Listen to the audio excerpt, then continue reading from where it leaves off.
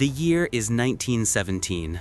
The world is plunged into the third, brutal year of what was then called the Great War. Across Europe, from the muddy fields of Flanders to the vast frozen plains of Russia, a conflict of unprecedented scale and ferocity raged, consuming nations and generations. By this point, the initial romanticized notions of a quick, glorious war had long since evaporated, replaced by a grim reality of attrition, stalemate, and unimaginable suffering. The trenches, those gaping scars on the European landscape, had become the definitive symbol of a war that seemed to have no end, a monstrous grinder that devoured human lives with insatiable hunger. Yet, amidst this deepening despair, 1917 was not merely another year of endless slaughter. It was a crucible, a pivotal turning point where the very foundations of global power began to fracture and reform, forever altering the course of modern history. For the soldiers trapped in the endless cycle of attack and defense, of shelling and waiting, the war had stripped away everything but the rawest elements of human existence: fear, exhaustion, and a desperate, clinging hope for survival. Imagine a young man, barely out of his teens, huddled in a dugout on the Western Front. The air is thick with the metallic tang of blood, the acrid smell of cordite, and the pervasive stench of death that clung to every thread of his uniform. The incessant rumble of distant artillery is a constant companion, a heartbeat of destruction that vibrates through the very earth. His hands, calloused and raw, tremble slightly as he grips the cold metal of his rifle.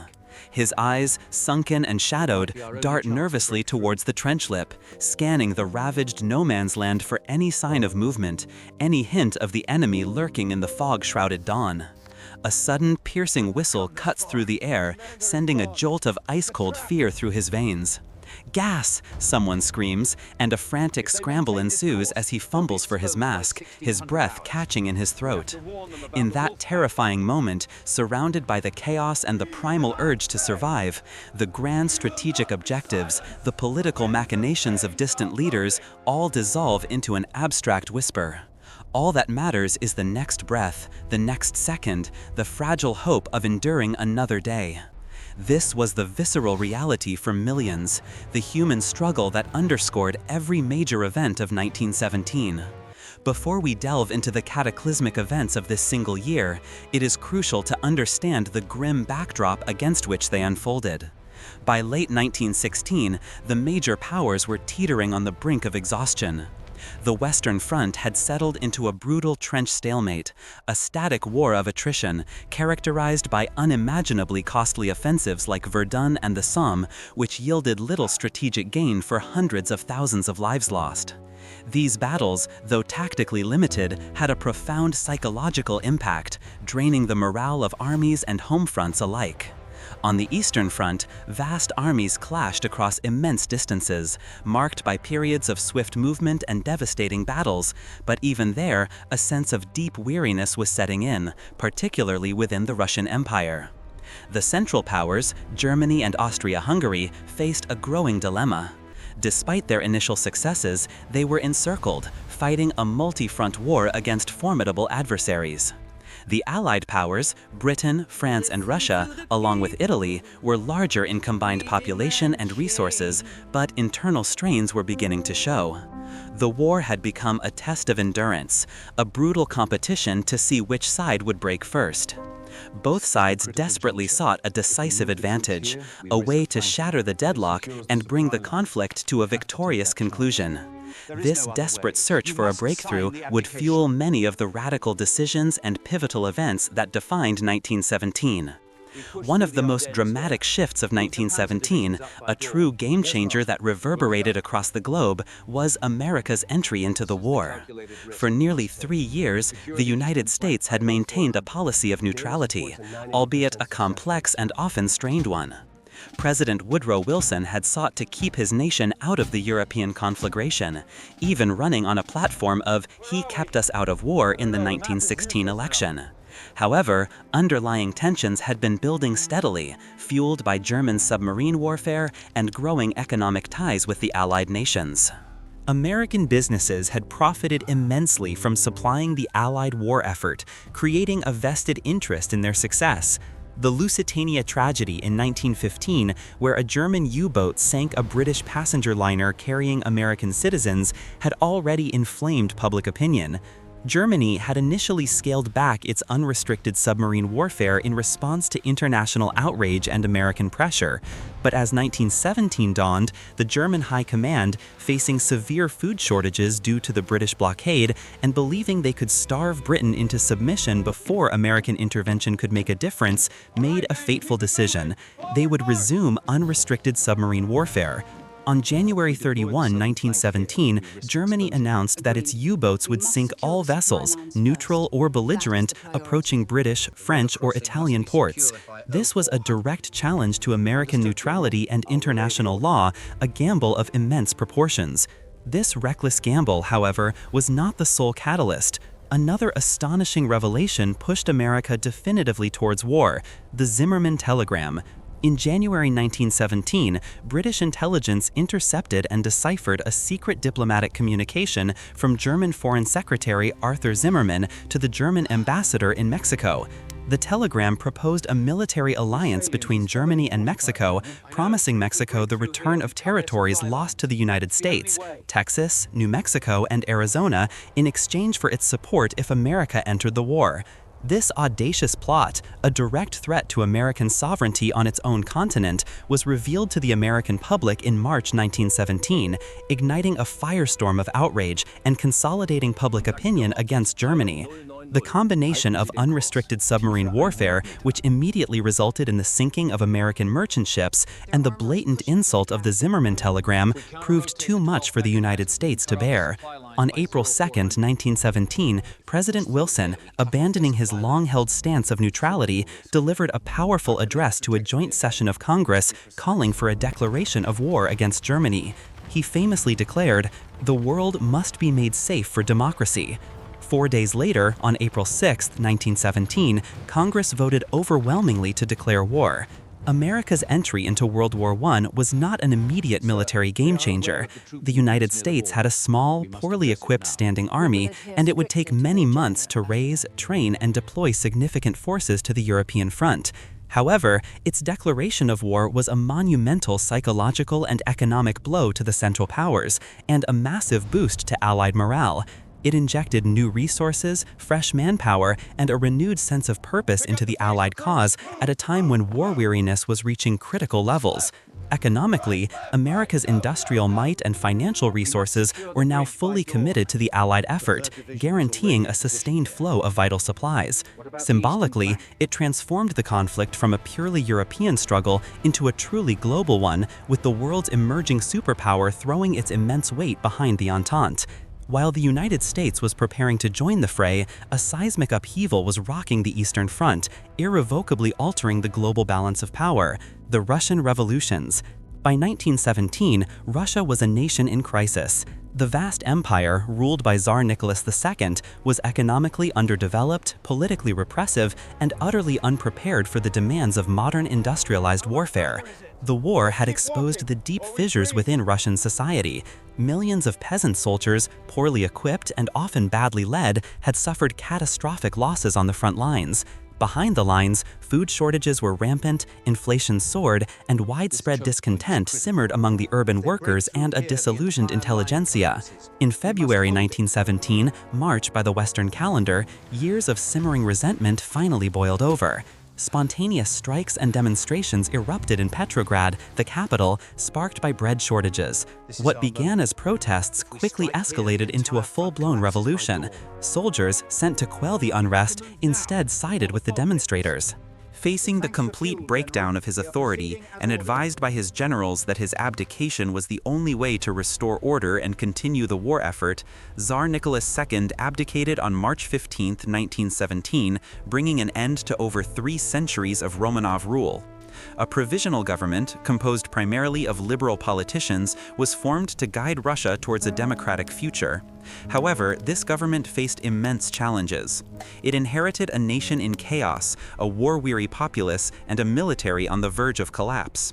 Crucially, it made the fatal decision to continue Russia's participation in the war, hoping to honor its commitments to the Allies and avoid a humiliating peace. This decision, however, was deeply unpopular with the majority of the Russian people, who yearned for peace, land, and bread. Competing for influence with the provisional government were the Soviets, councils of workers' and soldiers' deputies, which held significant grassroots power. Amidst this turmoil, a radical revolutionary figure, Vladimir Lenin, returned to Russia in April 1917 with German assistance, who hoped he would destabilize Russia further. Lenin, leader of the Bolshevik faction of the Social Democratic Labor Party, advocated for immediate peace, land redistribution, and workers' control of industry. His slogans, "Peace, Land, and Bread," and "All Power to the Soviets," resonated deeply with the disillusioned masses. The provisional government, under leaders like Alexander Kerensky, launched a final, ill-fated offensive in July 1917, known as the Kerensky Offensive, which ended in devastating defeat and further eroded morale. As the months passed, the provisional government grew increasingly weak and isolated. The Bolsheviks, initially a minority, steadily gained support, particularly in the major cities and within the army. Their disciplined organization, combined with the government's inability to solve the nation's pressing problems, created a fertile ground for further revolution. In October 1917, November by the Western calendar, the Bolsheviks, led by Lenin and Leon Trotsky, launched an armed insurrection, seizing key government buildings and communication centers in Petrograd. The October Revolution, swift and relatively bloodless in the capital, overthrew the provisional government and established the world's first communist state. The immediate consequence of the Bolshevik Revolution for the Great War was Russia's withdrawal. Lenin's government, fulfilling its promise, immediately sought an armistice with the Central Powers. After protracted and often contentious negotiations, the Treaty of Brest-Litovsk was signed in March 1918, officially ending Russia's participation in the war. The terms were harsh, forcing Russia to cede vast territories and resources, but it brought an end to the fighting for a nation on its knees. The collapse of the Eastern Front allowed Germany to transfer massive numbers of troops, estimated at over 1 million, from the East to the Western Front. This influx of fresh German divisions represented a significant and terrifying threat to the exhausted Allied forces, creating a desperate race against time for the Allies to receive American reinforcements. The strategic implications were immense. The Allied dream of a two-front war against Germany was shattered, and the full weight of German military might could now be concentrated on the Western Front, setting the stage for the climactic struggles of 1918. Even as these momentous shifts were occurring on the global stage, the Western Front continued its grim, attritional grind, demanding an unimaginable toll in human lives. The year 1917 on the Western Front was marked by a series of colossal battles, each conceived in the desperate hope of breaking the deadlock, and each resulting in horrific casualties and limited strategic gains. The first major Allied offensive of the year was the Nivelle Offensive, launched by the French in April 1917. General Robert Nivelle, a charismatic figure who had previously enjoyed success at Verdun, promised a breakthrough, a swift and decisive victory that would end the war. His plan involved a massive frontal assault on German lines along the Aisne River, preceded by an overwhelming artillery barrage. Nivelle's confidence was infectious, but his strategy was flawed. German intelligence had advance warning, and they fortified their positions, digging new, deeper trenches and employing a formidable defense-in-depth system.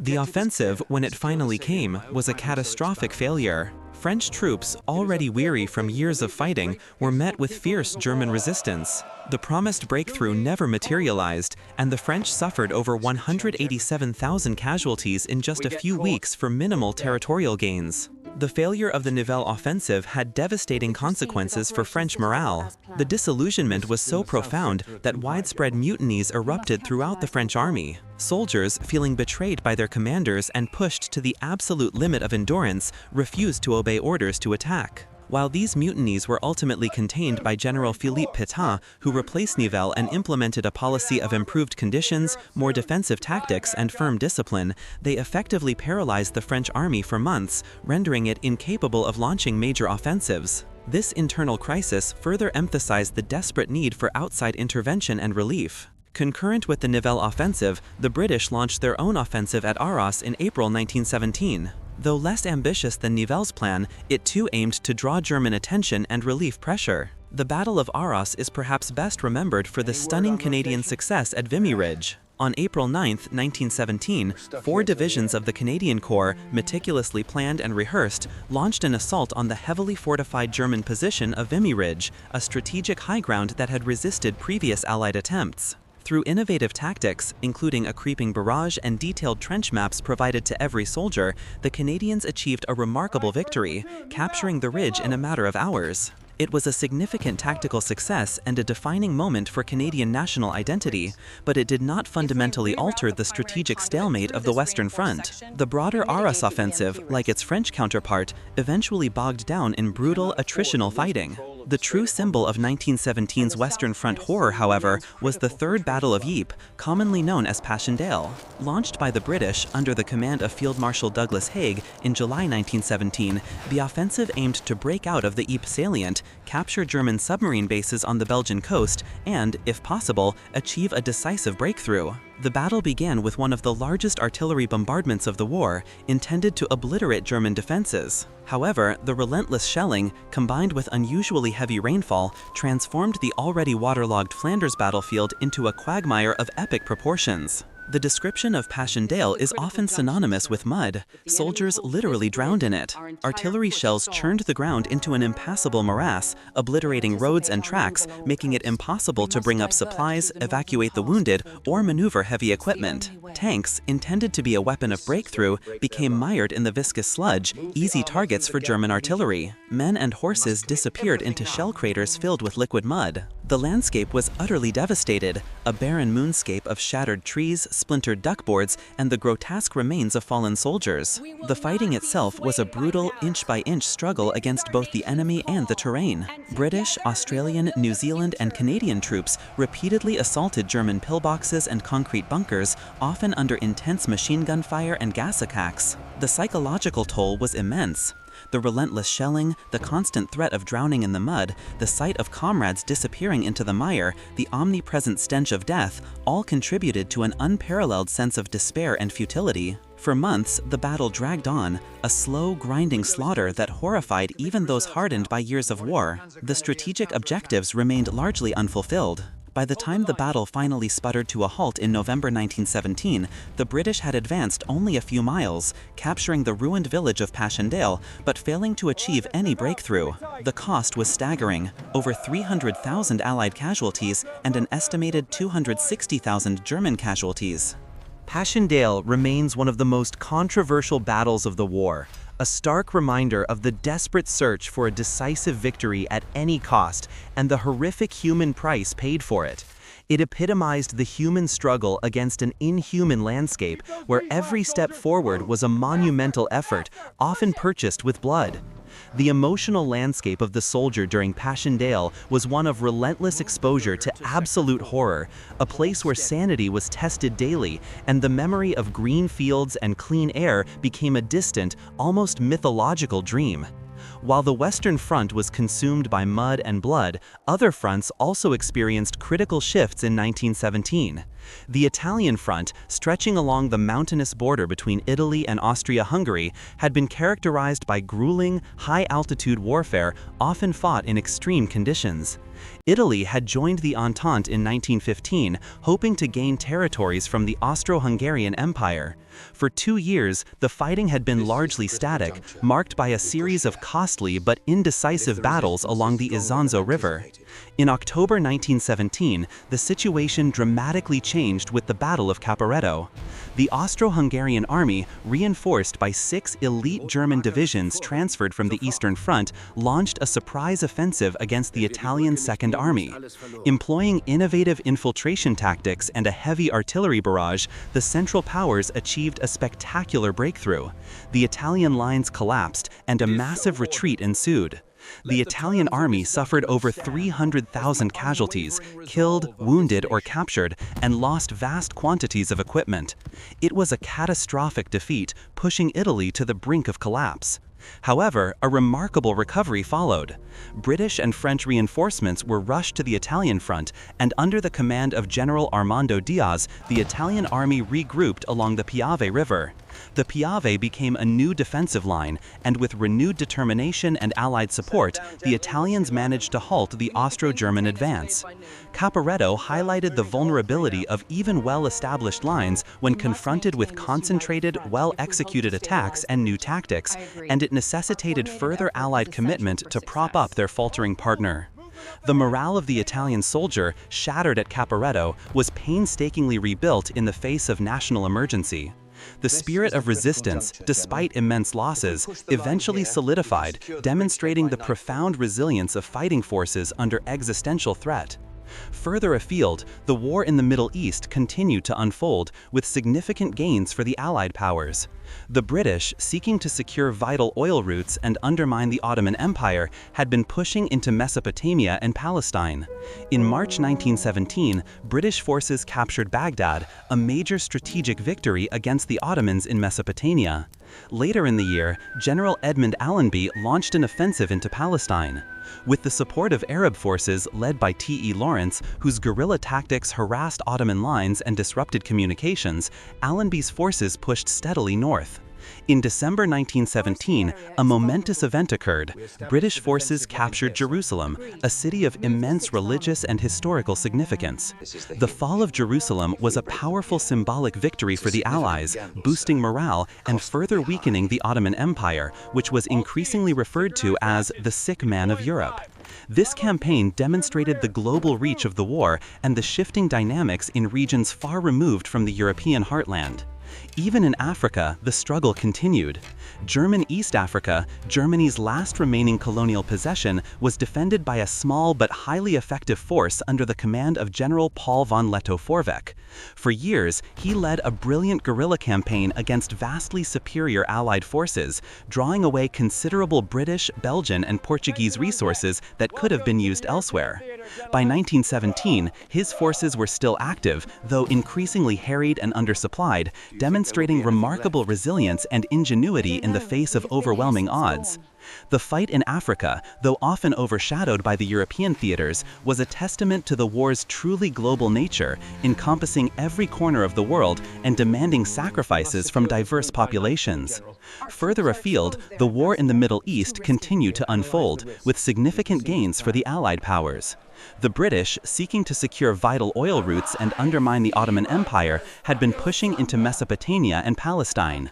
In March 1917, British forces captured Baghdad, a major strategic victory against the Ottomans in Mesopotamia. Later in the year, General Edmund Allenby launched an offensive into Palestine. With the support of Arab forces led by T.E. Lawrence, whose guerrilla tactics harassed Ottoman lines and disrupted communications, Allenby's forces pushed steadily north. In December 1917, a momentous event occurred. British forces captured Jerusalem, a city of immense religious and historical significance. The fall of Jerusalem was a powerful symbolic victory for the Allies, boosting morale and further weakening the Ottoman Empire, which was increasingly referred to as the sick man of Europe. This campaign demonstrated the global reach of the war and the shifting dynamics in regions far removed from the European heartland. Even in Africa, the struggle continued. German East Africa, Germany's last remaining colonial possession, was defended by a small but highly effective force under the command of General Paul von Lettow-Vorbeck.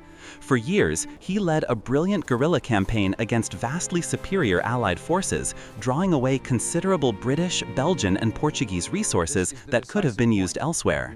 By 1917, his forces were still active, though increasingly harried and undersupplied, demonstrating remarkable resilience and ingenuity in the face of overwhelming odds. The fight in Africa, though often overshadowed by the European theaters, was a testament to the war's truly global nature, encompassing every corner of the world and demanding sacrifices from diverse populations. Beyond the immediate battlefields, what 1917 was a year of profound political upheavals and societal changes on the home fronts. War weariness was no longer confined to the soldiers. It had permeated civilian populations across all belligerent nations.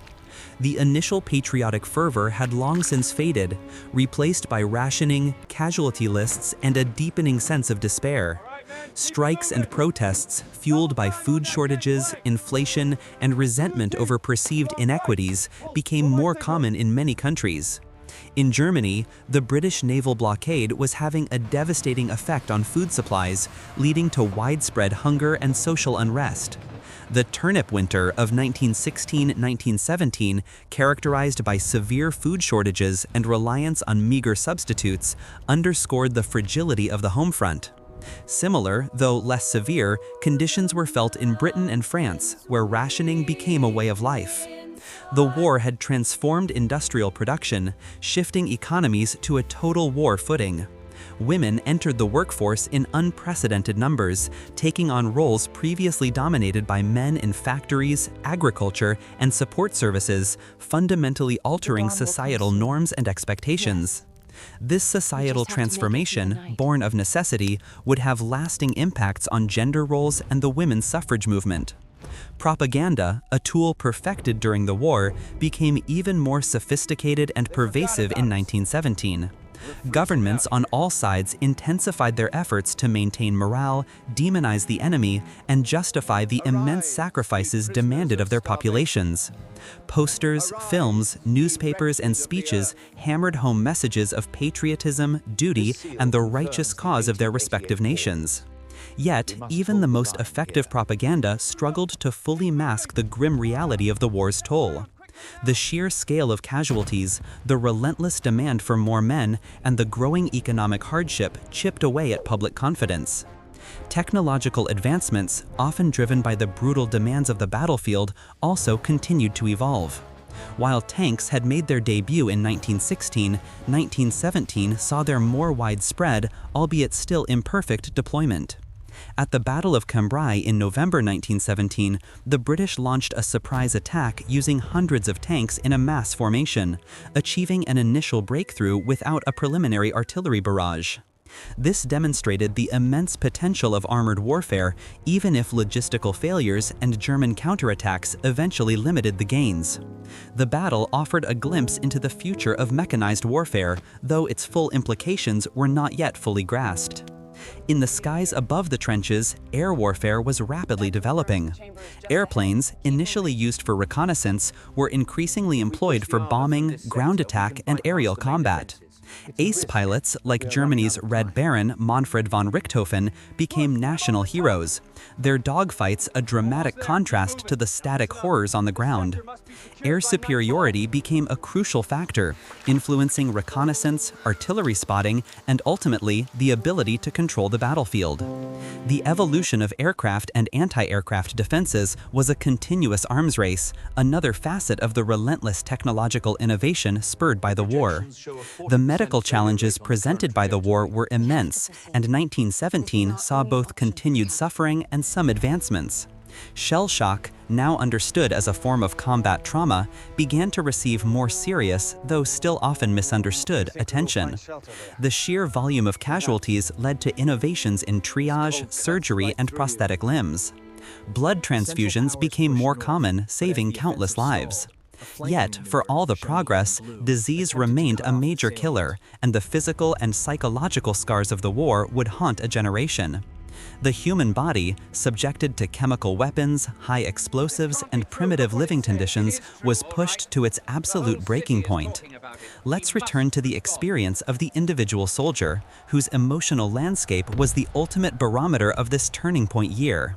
The young man in the trench, who started with perhaps a flicker of patriotic idealism, had seen it slowly extinguished by the grinding reality of combat.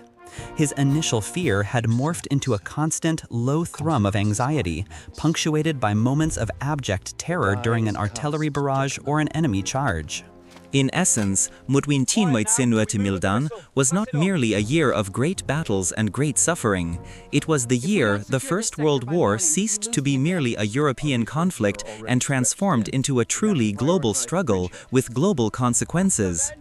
It was the year of fundamental shifts that set the stage for the dramatic conclusion of the war in 1918 and the troubled peace that followed. Without the entry of America, the collapse of Russia, the desperate bloodbaths of Passchendaele and Caporetto, and the burgeoning political and social unrest on the home fronts, the war's trajectory would have been vastly different. The sacrifices made, the tactics employed, and the decisions taken in this year continue to resonate through military history and geopolitical thought. Understanding 1917 is to understand the mechanics of total war, the fragility of empires, the birth of new ideologies, and the enduring resilience and suffering of the human spirit under the most extreme pressure. It is to grasp why the echoes of those battles, revolutions, and decisions still ripple through our modern world, shaping our understanding of conflict, diplomacy, and the very nature of human civilization. This year, 1917, stands as the most transformative chapter of the Great War.